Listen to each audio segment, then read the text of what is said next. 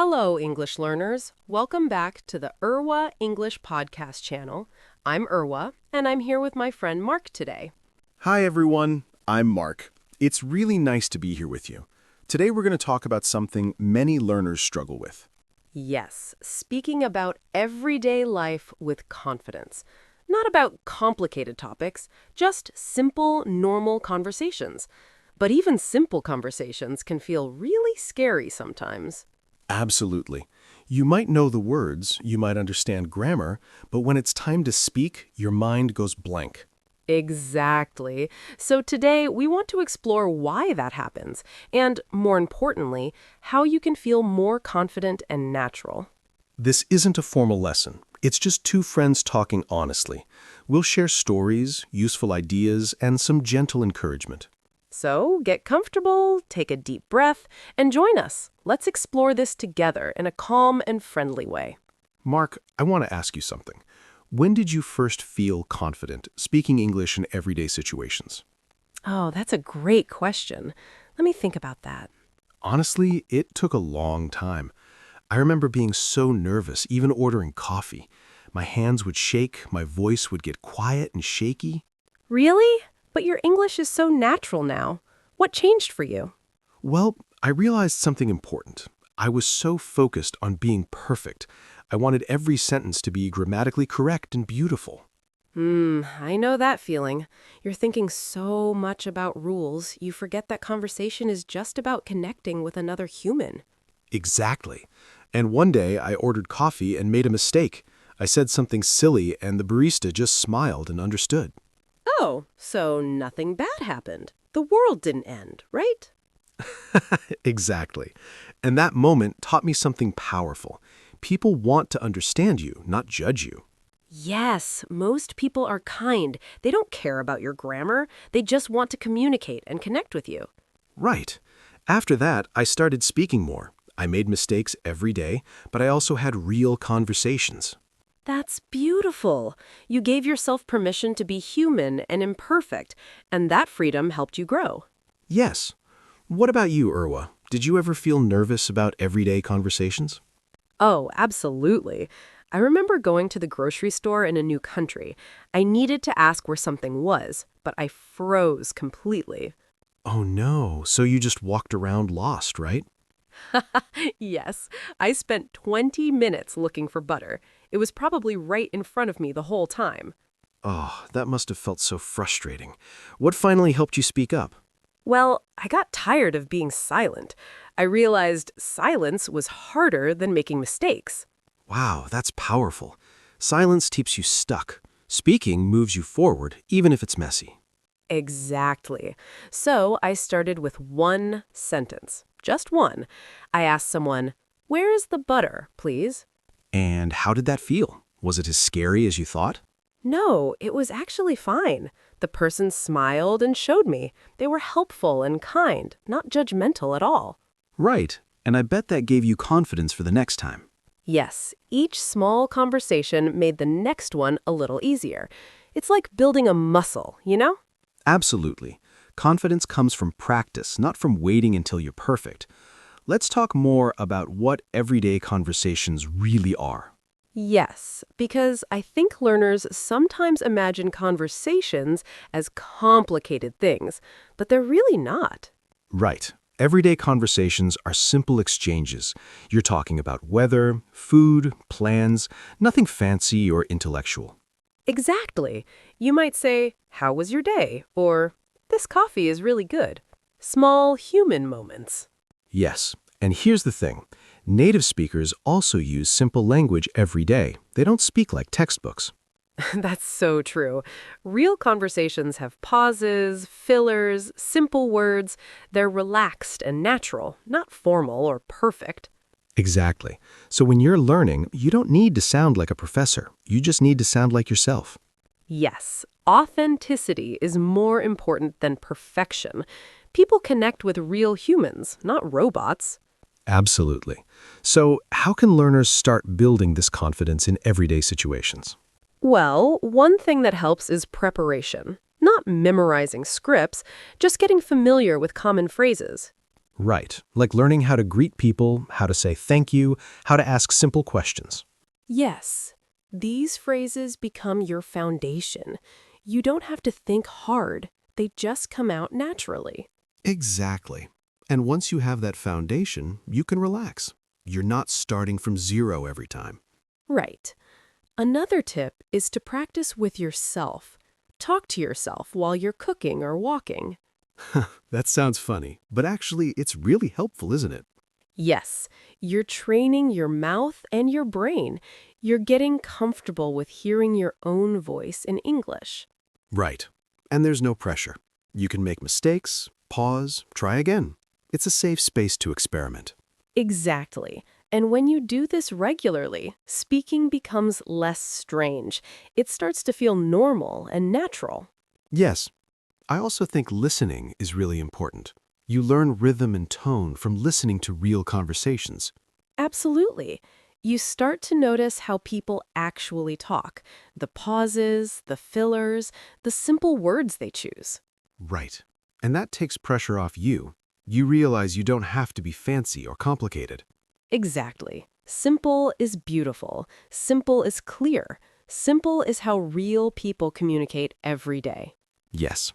Now let's talk about fear, because I think fear is the biggest block for most learners. Absolutely. Even when you know what to say, fear can stop you. Fear of judgment, fear of making mistakes. Right. And that fear is completely normal. It's human. But it's also something we can work with. Yes, one thing that helps is changing your perspective. Instead of thinking, I might fail, try thinking, I'm learning. Oh, I love that. It shifts from pressure to curiosity. You're not performing, you're exploring. Exactly. Every conversation is practice. Every mistake is a lesson. There's no final test. Right.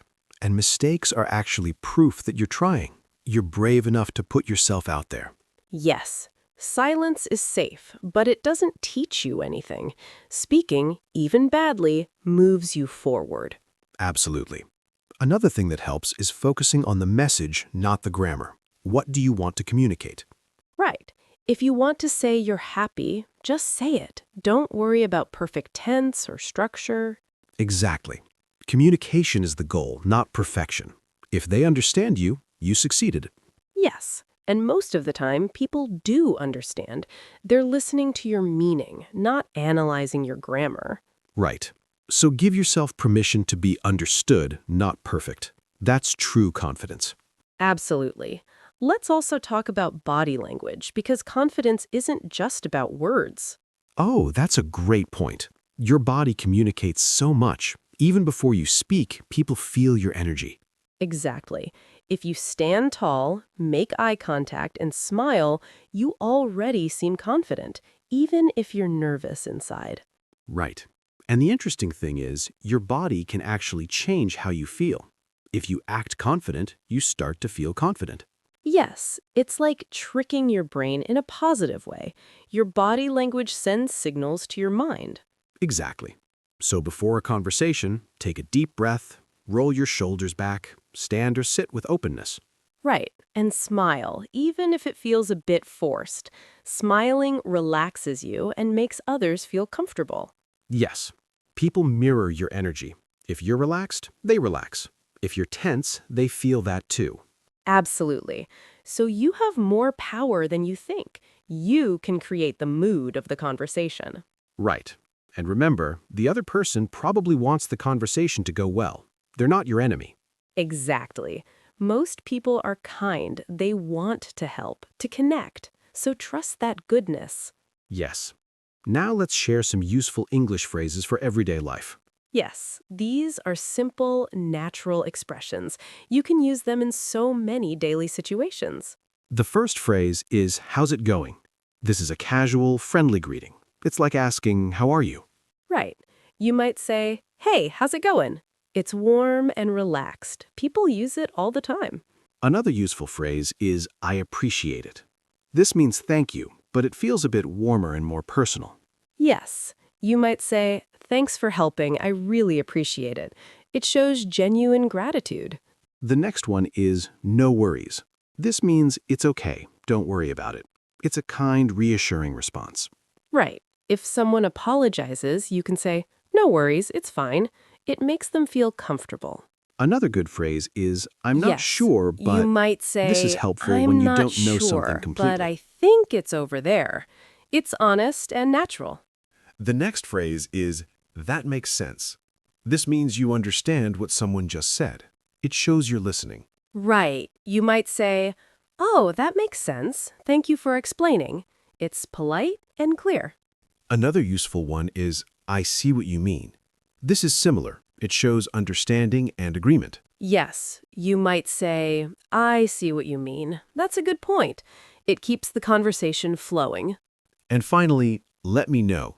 This is a friendly way to ask for information later. It's casual and open. Right. You might say, "Let me know if you need help." It's kind and supportive. These phrases are like little tools. They help you sound natural and confident in everyday situations. Exactly. Practice saying them out loud. Get comfortable with how they feel in your mouth. Yes, and notice how native speakers use them. You'll hear them everywhere once you start listening. Absolutely. Now let's bring everything together. We've talked about fear, preparation, body language, and useful phrases. Right. And the main message is this. Confidence comes from action, not waiting. You build it by speaking, even imperfectly. Yes, every conversation is an opportunity, not a test, but a chance to connect and grow. Exactly. And remember, native speakers also have awkward moments. Everyone stumbles sometimes. It's part of being human. Right. So be kind to yourself. Celebrate small wins. Notice your progress, even if it feels slow. Yes, you're doing something brave. You're learning a new language and putting yourself out there. That's incredible. Absolutely. And everyday life is the best classroom. Real conversations teach you more than any textbook. Right. So use every opportunity. The grocery store, the bus, a cafe. These are your practice spaces. Yes. And if you make a mistake, smile, laugh. Say, "Sorry, I'm still learning." People will understand and help. Exactly. Vulnerability is actually a strength. It makes you relatable and human. Yes. Now, before we finish, we have a small challenge for you. It's simple and realistic. For the next 7 days, have one everyday English conversation. Just one each day. It could be ordering something, asking a question, or saying hello to someone. Keep it simple. And after each conversation, notice how you feel. Did it go okay? What did you learn? Write one sentence in a journal or on your phone. Just one. Track your experience. And remember, the goal isn't perfection. The goal is practice. Every conversation counts, no matter how small. Exactly. By the end of the week, you'll have 7 experiences. You'll see your own growth. And if you want, share your story with us. We'd love to hear about your everyday conversations. Yes. Thank you so much for being here today. We really appreciate your time and trust. Yeah, it means a lot. We hope this conversation gave you encouragement and practical ideas. Remember, you have everything you need to speak with confidence. Just start where you are. Be patient, be kind to yourself, and keep going. You're doing better than you think. We believe in you. Your voice matters. Don't keep it hidden. Take care of yourself, and we'll see you in the next episode. Goodbye, English learners. Go speak with confidence today. Goodbye. The world is waiting to hear you.